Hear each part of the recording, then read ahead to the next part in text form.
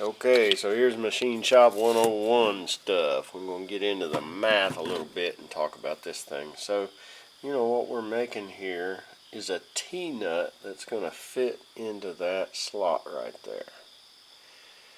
And so if you measure that, let's see, let's just do it so I know that it is.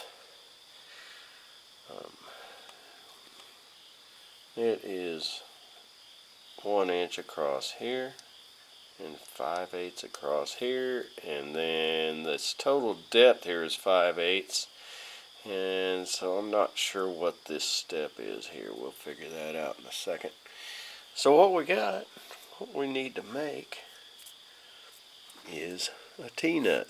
Okay, so it's going to be shaped like this.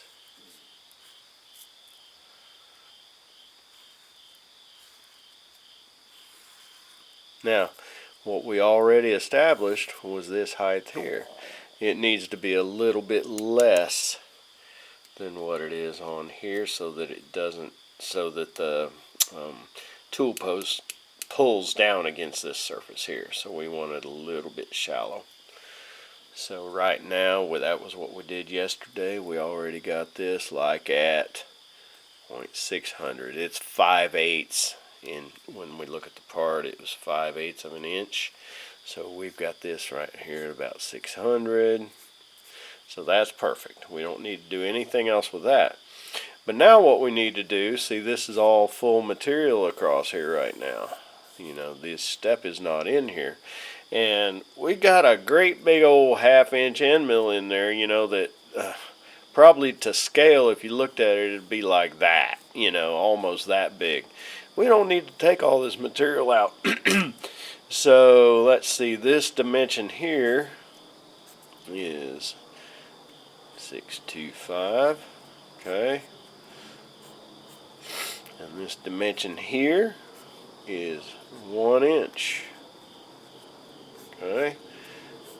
So that means that if you take the difference between this and this, would give you 5/8, that would give you 3/8, and you divide it by 2, is going to be 3/16. So if you look at this distance here is 3/16, and this distance here is 3/16. Okay, does that make sense? Which is 0.1875 technically. Okay. So our end mill does not need to be a 1/2 inch, right? Okay, does that make sense? So all we need to do is just mill out, that much material, and we're good. So what I found is I went through my stuff, my available tools, and let's look at some stuff I found here. Now I've noticed on these collets that I have on this lathe, all of these double-ended tools that I got, I need to whack them in two because they're too long. They just don't work. So I'm going to have to get a little cut-off tool, and I'm going to have to cut all these things down, kind of like what you see right there. That's one that's been cut already. So this one is basically not usable, and it's in really good shape. I don't know if you can see, it's got a radius on one end, and the other end has sharp corners, which is good. And I think it's 3/8, which is still bigger than this, but it's smaller than the one we have in there. Okay, and this one might be a good possibility right here. It's a coated tool, and let's see, I think I looked at it under the microscope, and it looks like it's a pretty good option. But I almost prefer this little short tool right here.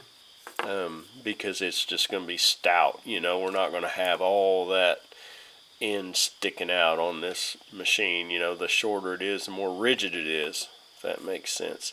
So I think this is a good option. This is kind of an odd, little three fluted end mill, but I think it'll work real good. And these are 3/8 diameter shanks on all these, which is one of the sizes that we have a collet for. So this is going to come in here and mill to this depth. We're going to start here, and we're going to work our way down to that shoulder right there on both sides, and then that'll be establishing, that will be finishing this dimension here, And I'll be finishing this dimension here, which I'm not real sure what it is yet. Another thing that I ran across, which is kind of cool, is this joker here, and I might try this because this is a solid carbide end mill, 4-flute looks like, 4-fluted end mill, and these are really cool on a real rigid machine. You know, they do real well. Now how they're going to do on my little gizmo, I don't know. If it's got any vibration at all, this carbide is so brittle, it'll just start breaking those corners, those cutting edges down.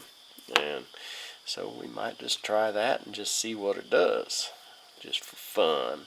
So these are kind of my two best options that I want to try. Not sure which one I'm going to try first. I'll think about it, and the other thing I'll do is I'll figure out what this depth is here so we know how deep we have to go, and then we'll keep track of that as we make passes on the machine. And then we'll end up with this a little bit under also. This will be kind of like this, where we're a slight amount under that dimension, and we want to be a slight amount under this dimension here so that it'll slide back and forth inside here. We don't want it super tight, you know, we want it to be a little bit loose. And then once we get all this done, and we'll probably take it out of the machine and we'll just whack these off with a hacksaw or something. You know, it doesn't have to be pretty there, you know, it's just as long as you've got that, all those dimensions established, it'll be fine. And then what we got to do is you'd show it like this, and it'd be a double dotted line, kind of signifies a thread. And so we'll figure out what the thread's going to be, and it will be a through thread all the way through. A lot of the T-nuts, they'll stop a little bit short so that you can't screw all the way out the bottom, but you know, we don't need to worry about that. And then we'll look at the next thing we have to do is going to be to match this thread to what we have on the tool post. So that's what we're up to next.